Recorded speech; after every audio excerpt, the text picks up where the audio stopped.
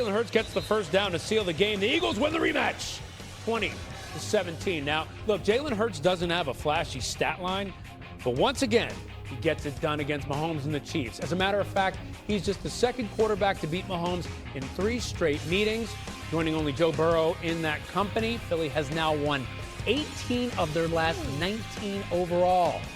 Tim Hasselbeck now in with us to talk about this one. Tim, what stood out to you today from the Super Bowl rematch?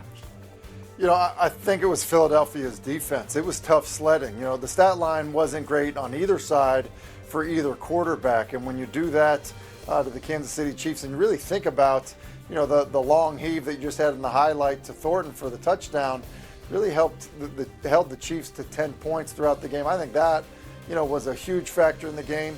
Another factor in the game, quite honestly, is this tush push. I think it was called 5 times in the football game today. Obviously, the Eagles pretty successful with it, one of them being a touchdown, a few, you know, important conversions. And so I think when you look at, you know, kind of those elements and the difference they made in the football game, I think it's a pretty big deal. Coach, this Chiefs team, they dropped to 0-2 for the first time since 2014. How concerned are you about this Chiefs team now heading into the season? Well, I'm concerned in this sense that their division is better. The Chargers are a good football team. The Denver Broncos are a good football team. And by the way, the team with the patch on their eye, the Raiders, the Raiders are much improved. So all of a sudden, this is not a division where the Chiefs can just kind of, you know, just run away with it. It's going to be very competitive. And now you think about the Chiefs, they haven't won a game in quite some time. They have lost 3 in a row when you go back to the Super Bowl. So they've got to get it together. I think they're still a good football team. But this division now all of a sudden becomes very interesting. Yeah, not often you see the Chiefs starting 0-2. All right, guys, thanks so much. By the way, new on SportsCenter, Andy Reid is at the podium talking about the rematch. All right, as far as the injuries go, Mike Dana tweaked his left quad, and Fulton tweaked his ankle there. We'll just see how that is going forward. I'll take full responsibility for that game. Probably say too aggressive on that, and that's my responsibility. Let my guys play their tail off and played hard and aggressive football, and they stuck together throughout the game, and they'll pay for us down the road when as we continue to grow. I thought the fans were unbelievable. They were great. Everybody stayed and kept us going. There were some good things within all of it. I thought defensively we played really solid football. We had short fields at times, and the guys took care of business there. Obviously, on the offensive side, we can't have the turnover. Again, I've got to dial up something different than that. But I thought Thornton played all the way through everything. It was great to see him get a big catch there, pat on the long throw. Kelsey had a nice day with the completions. I know he's upset at the last one, but we keep rolling here and keep getting better. So, and then special teams, I thought Ariza did a nice job with his punts, over a 59-yard average there, and then Nico had some nice returns there. So, all in all, though, my responsibility, and we'll get better. Time's yours. Yeah, well, the obvious answer to you would be that we complete it, but I've got to put the guys in the right position to get that done. I know it's a hard play to stop, but that's a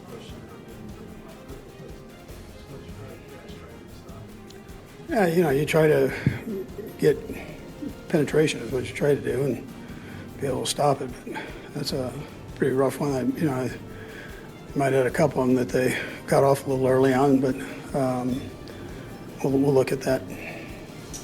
For the Super Bowl rematch, we got highlights and reaction from Eagles Chiefs coming at you. Yeah, and we had a wild one in Dallas, a back-and-forth OT thriller between the Giants and Cowboys. SportsCenter gets started right now. I told you I could run. Rehab went well, man. Let's start with that overtime thriller. Giants visiting the Cowboys. Fourth quarter, 33 seconds to go in the game. Russell Wilson looking for a man, throws it deep and finds Malik Neighbors.